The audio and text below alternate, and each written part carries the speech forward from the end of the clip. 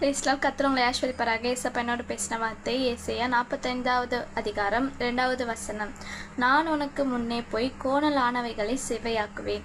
அவன் ஏசப்பா எனக்குள்ள பார்த்து சொல்றாரு, ஏசப்பா அந்த நாளில் உங்களுக்கு எதெல்லாம் உங்கள் வழியில் எதெல்லாம் தாறுமாறாக இருக்குதோ, இல்லை ஒன்றுமே வாய்க்காமல் இருக்குதோ, அதெல்லாம் ஏசப்பா சொல்கிறாரு, நான் உனக்கு முன்னே போய் நீ எங்கெல்லாம் போறியோ நான் உனக்கு முன்பாக போய் எதெல்லாம் உனக்கு எதிராக இருக்குதோ, எதெல்லாம் உங்களுக்கு தாறுமாறாக்குதோ அதெல்லாம் வச்சு நான் செவ்வையாக்குவேன்னு ஏசப்பா அந்த நாளை கூட சொல்கிறாரு.